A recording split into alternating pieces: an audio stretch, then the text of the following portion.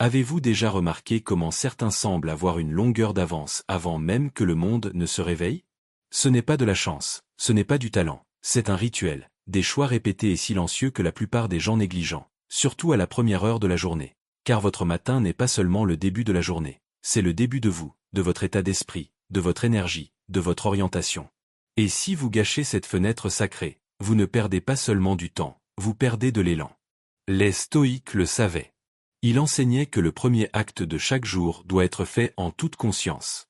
Pas de chaos, pas de distraction, pas de précipitation dans la vie à moitié endormie, présence, discipline, but. Alors, si vous êtes prêt à arrêter de dériver vos matins et à commencer à vous les approprier, vous êtes au bon endroit. Et si vous appréciez ce genre de contenu, il existe un moyen simple et gratuit de soutenir la chaîne. Appuyez sur ce bouton d'abonnement. Allons-y, certains appellent cela une routine, d'autres un rituel, mais quel que soit le nom que vous lui donnez, il n'y a pas de dénier que la façon dont vous entrez dans votre matinée a un effet d'entrée sur tout ce qui vient après.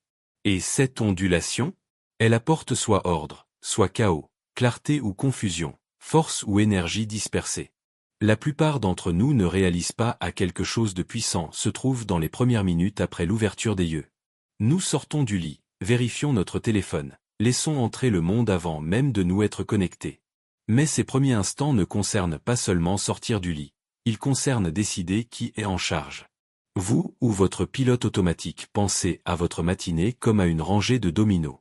Le premier, la façon dont vous vous réveillez, les pensées que vous autorisez, la façon dont vous bougez ou non.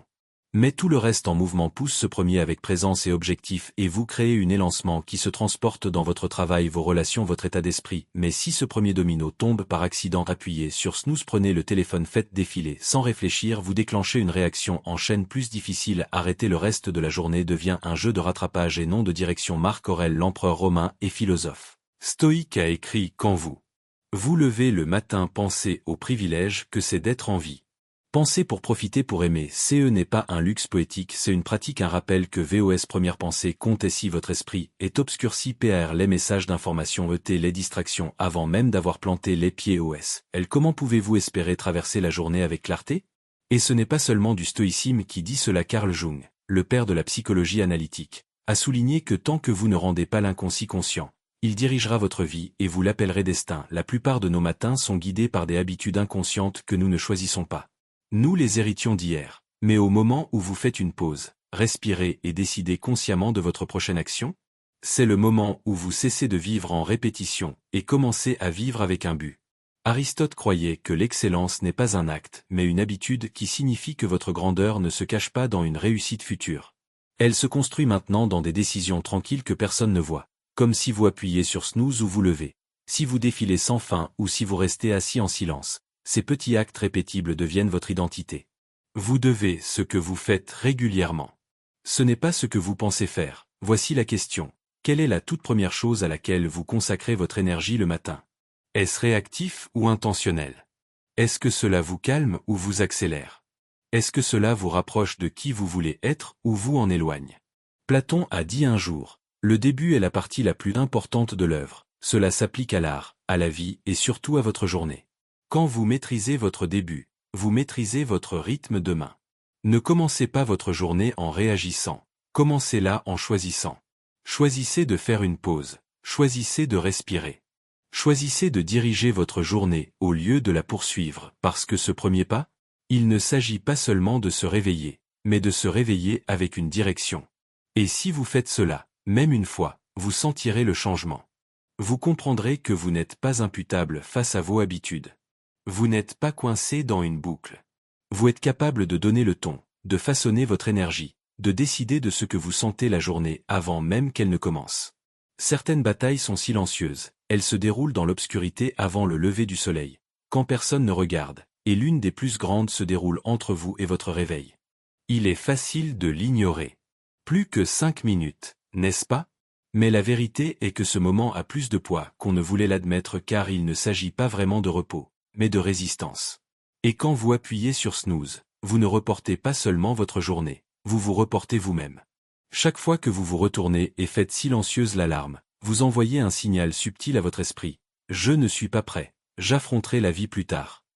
Ça paraît petit et inondable, mais avec le temps, ce petit acte d'évitement devient une habitude, et cette habitude devient une histoire, une histoire tranquille qui dit « Je ne donne pas suite ». Les stoïques nous avertissent à ce sujet. Le danger des dérivés vers le confort. Marc Aurèle a écrit « À l'aube, quand vous avez du M à la sortir du LIT, dites-vous que je m'y lève pour faire le travail d'un être humain, non pas pour rechercher le confort, mais pour entrer dans un but. La discipline n'est alors pas un maître des tâches sévères. C'est la porte des la liberté. Il ne s'agit pas des vous punir, mais des vous prouver à vous-même, des la plus petite façon possible, que vous êtes quelqu'un qui se présente surtout quand c'est mal à l'aise. Surtout lorsque vos émotions vous disent le contraire, et c'est là que la psychologie le soutient. Carl Jung a parlé de l'ombre. Les parties de nous-mêmes que nous évitons, et dans ces heures précoces où nous choisissons de dormir plutôt que de se lever, nous évitons souvent plus que le froid, nous évitons l'effort, la friction, la croissance. Mais la seule façon d'apporter de la lumière à l'ombre est de l'affronter, de s'y rendre et non de s'en éloigner. Et parfois, cela signifie faire quelque chose d'aussi simple et d'aussi difficile que de se lever quand vous avez dit que vous le feriez. Socrate a dit un jour, « La vie non examinée ne vaut pas la peine d'être vécue ». Cela s'applique. Plus qu'une veille en pilote automatique, se réveiller tard, se précipiter, s'excuser auprès du jour avant même qu'il ne commence. Mais quand on décide, ne serait-ce qu'une seule fois, d'affronter le matin sans tarder, quelque chose change. Ce moment devient un message, je ne retarde plus ma croissance. Platon a enseigné que l'âme est tirée par 3 forces, la raison, l'esprit et le désir. Appuyez sur le bouton de répétition. C'est le désir qui vous ramène au confort, mais qui vous relève quand c'est difficile. C'est la raison et l'esprit qui travaillent ensemble. C'est l'alignement. Et c'est dans l'alignement que réside la vraie force. Voici quelque chose de pratique ce soir. Placez votre alarme de l'autre côté de la pièce pour que lorsqu'elle sonne demain vous deviez vous lever quand vous le faites. Ne vous précipitez pas. Ne prenez pas votre téléphone. Respirez juste. Restez accent grave.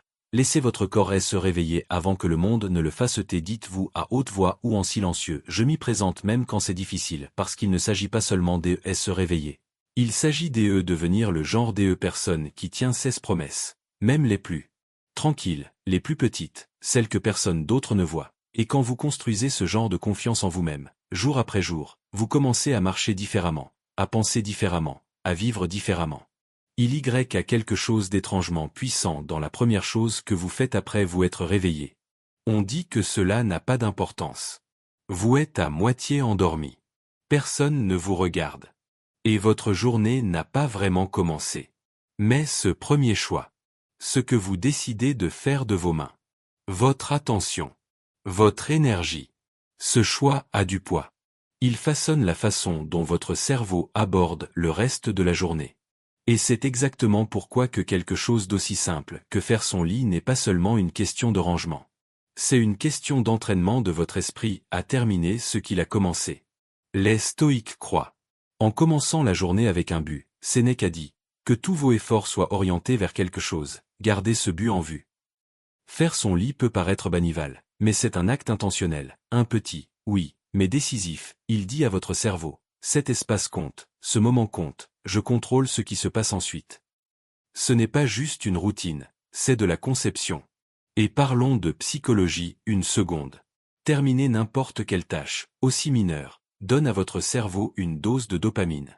Ce n'est pas une question de tâche, c'est une question d'achèvement, ce sentiment de « j'ai fait ça ». Crée une élan. L'esprit n'attend pas de grandes gagnies pour se sentir accompli, il réagit à la constance des gagnies grandes ou petites, et lorsque vous commencez votre journée en agissant plutôt qu'en planifiant, ou en promettant vous donner le ton d'action, ne tardez pas maintenant. Pensez à votre espace. Votre environnement n'est pas neutre, il envoie constamment des signaux à votre subconscient. Si la première chose que vous voyez en vous levant est une pièce en désordre, ce désordre commence à répondre dans votre tête. La distraction engendre la distraction, mais si vous prenez 30 secondes pour lisser vos draps, rebondir un oreiller, mettre de l'ordre dans votre coin du monde, vous déplacez quelque chose d'interne, vous créez un moment de calme, une sorte de contrôle tranquille, qui se répercute vers l'extérieur dans tout ce que vous touchez. Socrate a dit un jour, le début est la partie la plus importante du travail.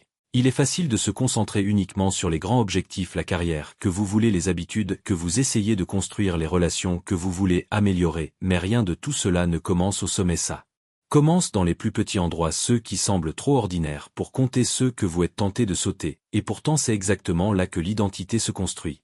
Quand vous faites votre lit, vous ne faites pas que nettoyer, vous renforcez une norme. Vous dites, c'est qui je suis, j'assume la responsabilité de mon espace, je suis fier de ce que je touche. C'est un changement d'état d'esprit. Et le plus beau? Vous n'avez pas besoin de permission, Vous n'avez pas besoin de motivation. Vous devez juste décider que votre environnement reflète vos valeurs, pas votre paresse, pas vos excuses. Platon croyait que l'ordre dans l'âme était lié à l'ordre dans le monde. Il n'avait pas tort quand vous créez de l'ordre physique, même de façon minime. Vous réduisez le bruit mental, vous arrêtez de réagir et commencez à diriger, et ce leadership n'a pas besoin d'être bruyant ou affichant, il peut être silencieux et invisible, quelque chose d'aussi subtil qu'un lit lisse et un esprit clair. Alors demain matin prenez un moment avant de vous précipiter dans le chaos, avant de décrocher votre téléphone, avant que le monde ne vous demande quoi que ce soit, retournez à l'essentiel, commencez par l'ordre, commencez par la présence. Commencez par la décision de terminer quelque chose, non pour quelqu'un d'autre mais pour vous-même, parce que dans un monde qui évolue vite et les récompenses débordent, faire son lit est un moyen. Ralentir, dire, c'est moi qui ai en charge. Quand vous faites cesser dire, quand vous commencez avec le contrôle. La clarté, le calme, vous ne gérez pas seulement votre environnement, c'est étrange comme il est facile faire preuve gentillesse aux autres, pourtant lutter pour nous en donner ne serait-ce qu'une fraction, nous encourageons un AMI, envoyons un emoji cœur à la publication d'un inconnu TDIT à quelqu'un d'autre. Tu as du BON travail. Mais au moment où accent grave nous regardons. Dans le miroir, le scénario change soudainement, c'est du jugement, de la critique, du silence. La plupart des gens commencent leur matinée déjà dans le rouge émotionnellement, non pas à cause du monde, mais à cause de la façon dont ils parlent. À eux-mêmes avant même que la journée n'ait commencé. Nous vivons dans une culture qui nous a conditionnés à attendre une validation de l'extérieur. Un j'aime, un compliment, un email, un SMS. Mais si rien de tout ça n'apparaît, qu'arrive-t-il à votre valeur personnelle? Elle rétrécit, elle fléchit, non pas parce qu'elle a disparu, mais parce que vous l'avez externalisée. C'est le piège, et la solution est étonnamment simple, mais audacieux. Ça commence par se faire face à soi-même, littéralement. Mel Robin a introduit ce qu'on appelle le miroir. Topé 5. Ouais, ça a l'air idiot, c'est gênant. Mais cela fait quelque chose dont la plupart d'entre nous ont désespérément besoin. Cela réintroduit l'encouragement intérieur. Car la vérité est que vous passez chaque instant d'éveil avec vous-même, et la relation que vous entretenez avec votre propre reflet est l'une des plus importantes de votre vie. Et c'est là qu'intervient la sagesse stoïque. Marc Aurèle a dit un jour, « L'âme se teinte de la couleur de ses pensées. » Alors, si vos premières pensées chaque matin sont le doute, le regret ou la honte, que pensez-vous emporter dans le reste de votre journée? Mais quand votre premier message est « Je suis fier de toi d'être présent »,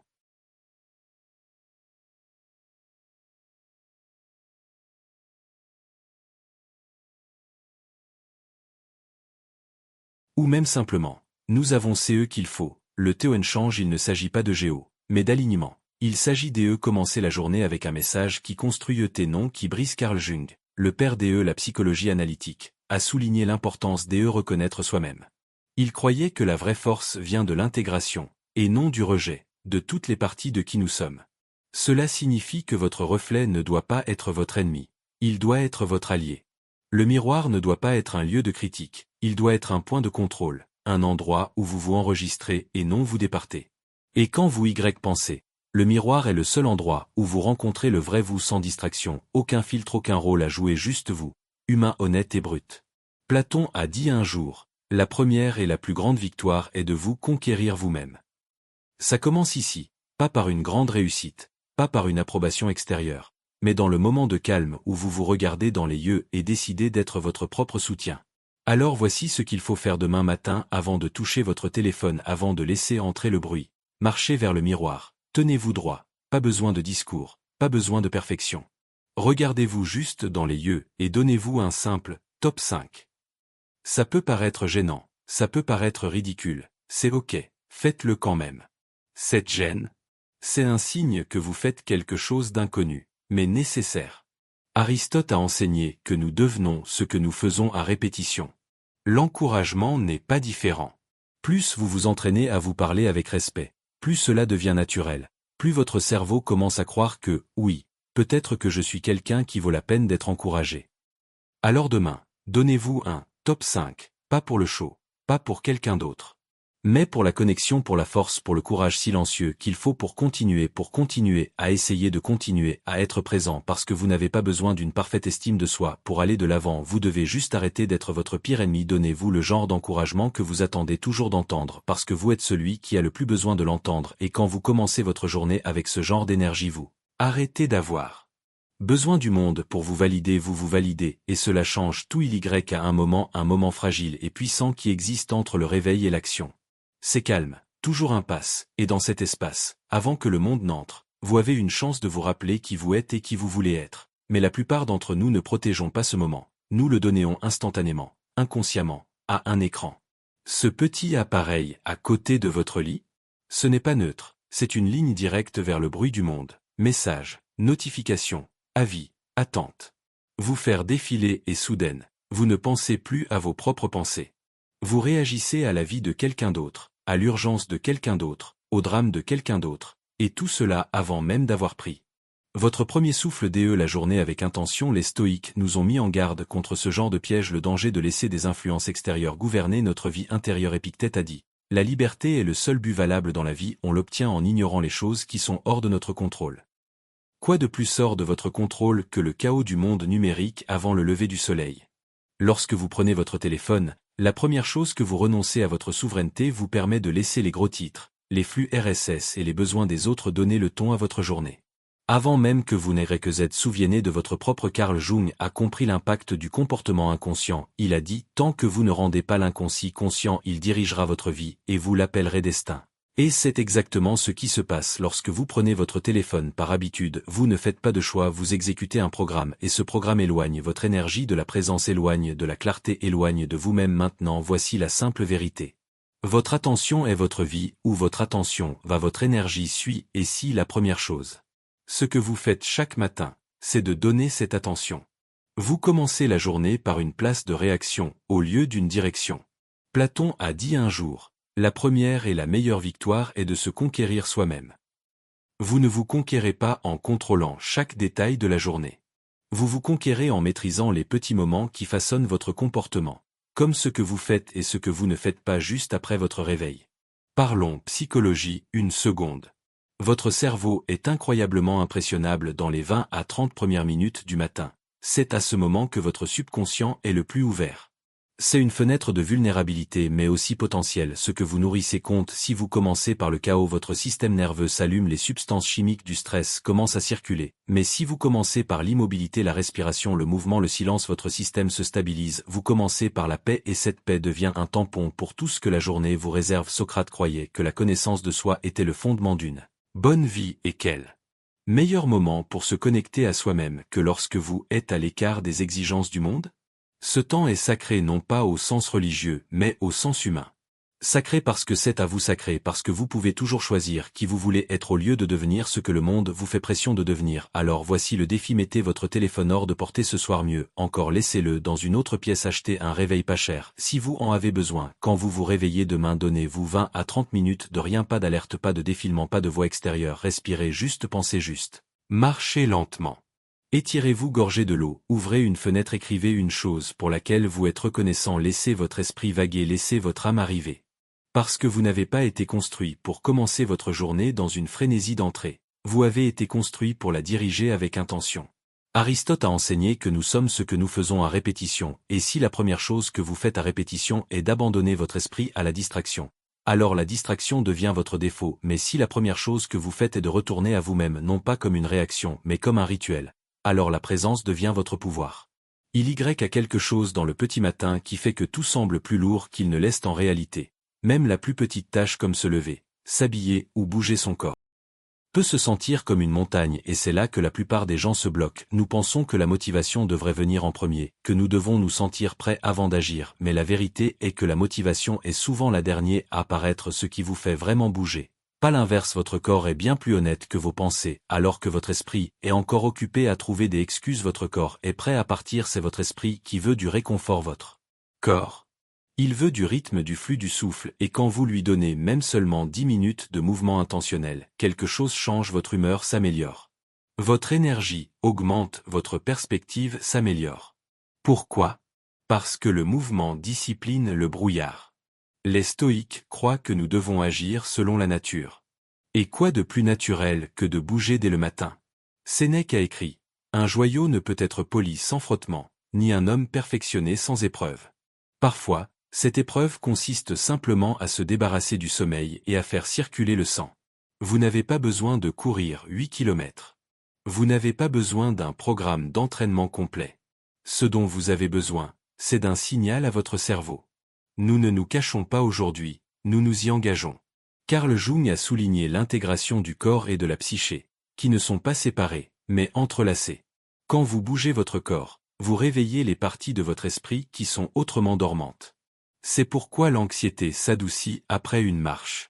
Pourquoi l'inspiration survient au milieu d'un étirement. Vos pensées commencent à s'aligner lorsque votre corps cesse de rester assis. Il ne s'agit pas faire plus, mais se reconnecter. Platon a dit un jour que l'esprit et le corps doivent être équilibrés, sans qu'aucun des deux ne fonctionnera bien.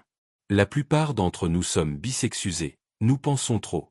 Nous sous-mouvons, nous restons assis dans nos pensées toute la journée nous nous demandons pourquoi nous nous sentons bloqués mais le corps est une porte quand vous l'activez même brièvement vous débloquez l'élan soyons clairs il ne s'agit pas vous pousser jusqu'à l'épuisement il s'agit choisir la présence plutôt que la passivité quand vous vous étirez marchez faites du YOGA léger ou même prenez simplement quelques respirations profondes à la fenêtre vous rappelez que je suis accent grave je suis en mouvement, je n'attends pas de me sentir prêt, je suis prêt, et c'est là qu'u intervient la sagesse d'Aristote. Nous sommes ce que nous faisons à répétition, l'excellence n'est alors pas un acte mais une habitude.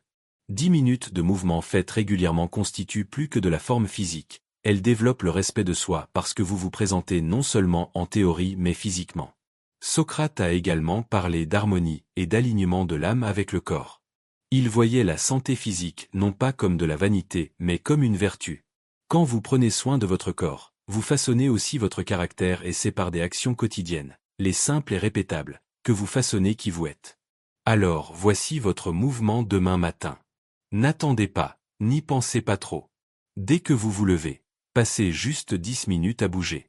Faites rouler vos épaules. Marchez autour du pâté de mer, restez au soleil et respirez comme si c'était important parce que c'est important. Votre énergie n'est pas un mystère, elle n'est pas enfermée derrière une formule secrète, elle se construit lentement et régulièrement par le mouvement et plus tôt vous commencez, plus vite elle grandit. Vous n'avez pas besoin de motivation, vous avez besoin de mouvement. La plupart des gens ne le réalisent pas mais votre relation avec vous-même est construite sur les mêmes fondations que toute autre relation, la confiance, et comme dans toute relation chaque fois que vous faites une promesse et que vous ne la tenez pas, quelque chose se fracture, c'est subtil.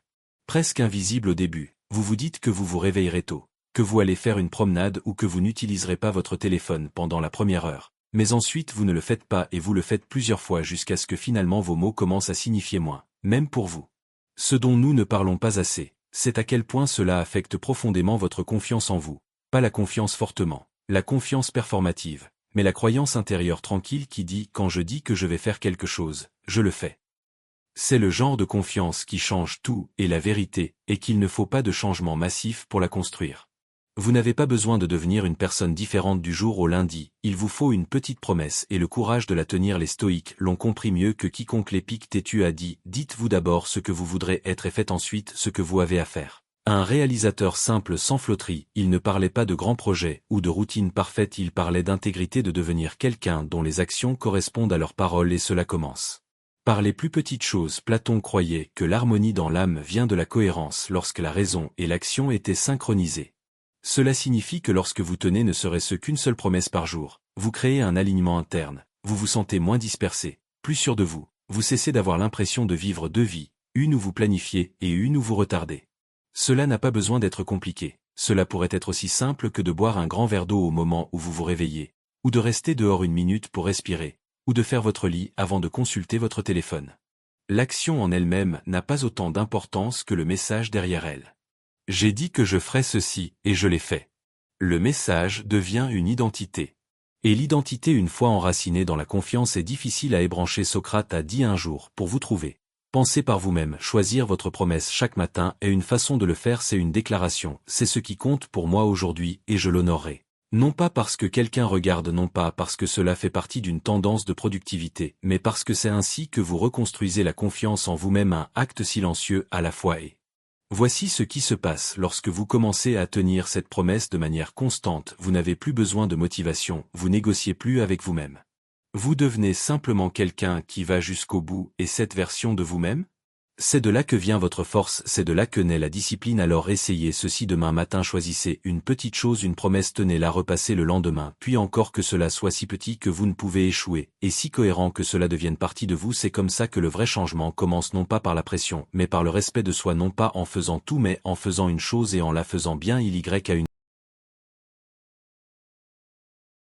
C'est votre attention. À la seconde où vous vous réveillez, le monde commence à vous attraper. Notifications, titres, messages, agenda de quelqu'un d'autre, vie de quelqu'un d'autre, bruit de quelqu'un d'autre, et la plupart des gens s'y rendent sans réfléchir. Ils consomment avant même de respirer.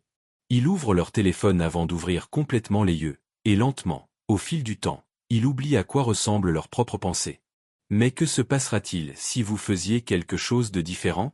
Et si vous arrêtiez de laisser votre attention comme si elle ne valait rien et que vous commenciez à la traiter comme si elle comptabilisait ? Et si, au lieu de commencer votre journée en tant que consommateur, vous la commencez en tant que créateur ?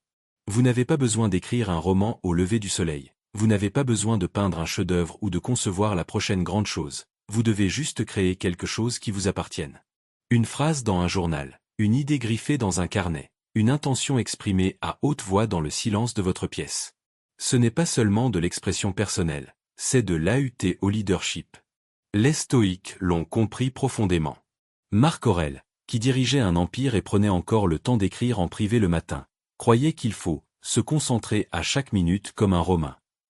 Sur le fait de faire ce qui est devant vous avec un sérieux précis et authentique, cela inclut la minute où vous vous réveillez au lieu de dériver dans la distraction. Il a instauré la présence. La création est une façon dont nous nous ancrons dans cette présence. Carl Jung croyait que l'acte de création était une partie essentielle de l'individuation, le processus de devenir votre vrai soi. Il a dit: l'esprit créatif joue avec les objets qu'il aime. Et la seule façon d'accéder à cette partie créative de vous-même est de lui donner de l'espace. Cet espace n'arrive pas accidentellement, vous devez le protéger. Surtout le matin, quand vos pensées sont les plus brutes et que votre énergie est inattendue par le monde. Aristote a parlé de la différence entre la vie passive et la vie active. Une vie réactive et passive. Elle attend quoi penser, de quoi se préoccuper, de quoi poursuivre. Mais une vie créative ? C'est actif, c'est un choix, c'est de l'agence. Et vous n'avez pas besoin d'un grand geste pour commencer à vivre de cette façon. Vous avez juste besoin de quelques minutes ininterrompues pour faire quelque chose. N'importe quoi qui reflète votre vision. À comment la plupart des gens commencent la journée. Ils saisissent leur téléphone. Défiler plus d'une centaine d'images. De la vie des autres, de l'humeur des autres, des histoires des autres. Et puis ils se demandent pourquoi ils se sentent débordés ou en retard avant même d'avoir buvé un café. Mais quand vous créez avant de consommer, vous renverserez le scénario. Vous choisissez de commencer selon vos conditions. Vous choisissez la clarté plutôt que la comparaison. Platon a dit un jour, le commencement est la partie la plus importante du travail. Il ne parlait pas seulement de tâches, il parlait du travail de l'âme.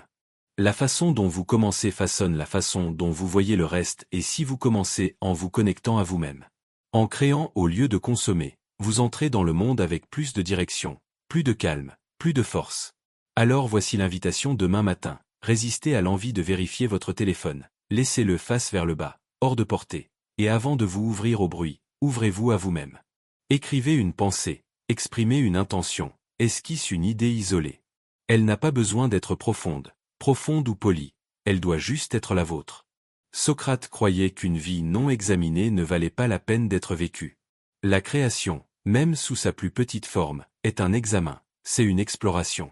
C'est comment vous vous reconnectez à qui vous êtes sous toutes les couches des distractions. Il ne s'agit pas des perfection, mais des présence. Il s'agit des choisir, des façonner votre journée. OLUDE la laisser vous façonner. Plus vous créez, même un PEU, plus vous vous rappelez que vous n'êtes pas ici pour chasser le monde. Il y a cette voix qui apparaît chaque fois que vous voulez commencer quelque chose de nouveau, quelque chose de significatif.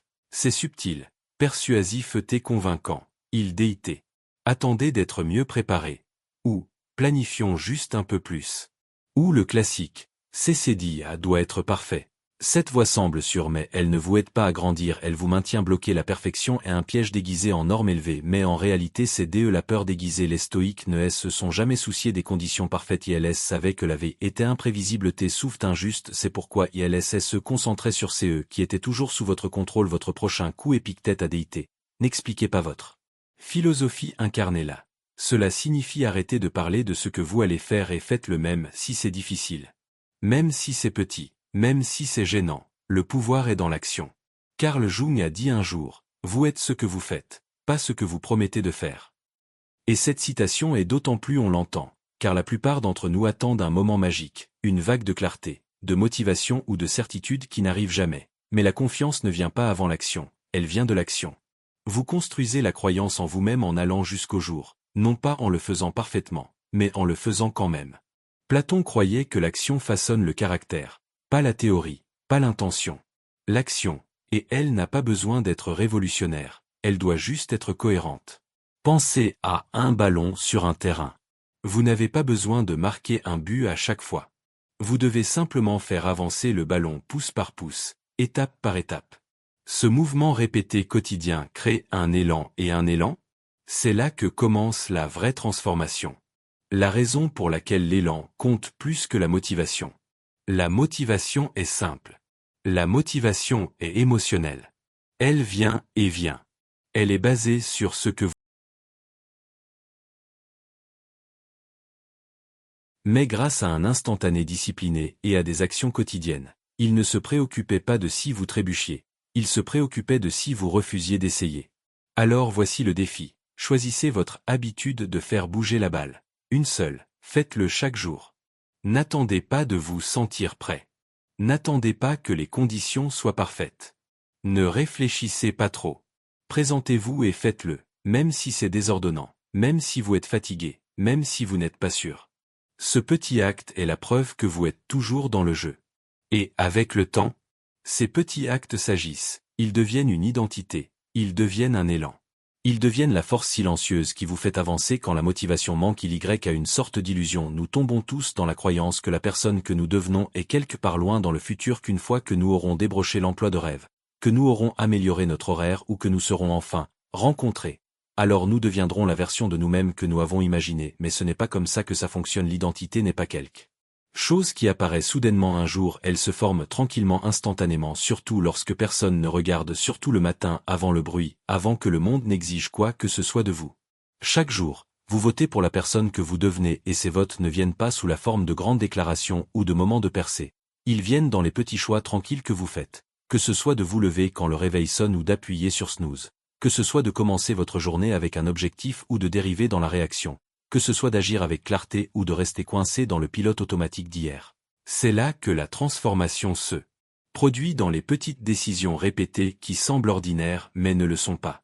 Marc Aurèle, l'empereur stoïque, l'a compris profondément. Il a écrit « Vous avez du pouvoir sur votre esprit, pas sur les événements extérieurs.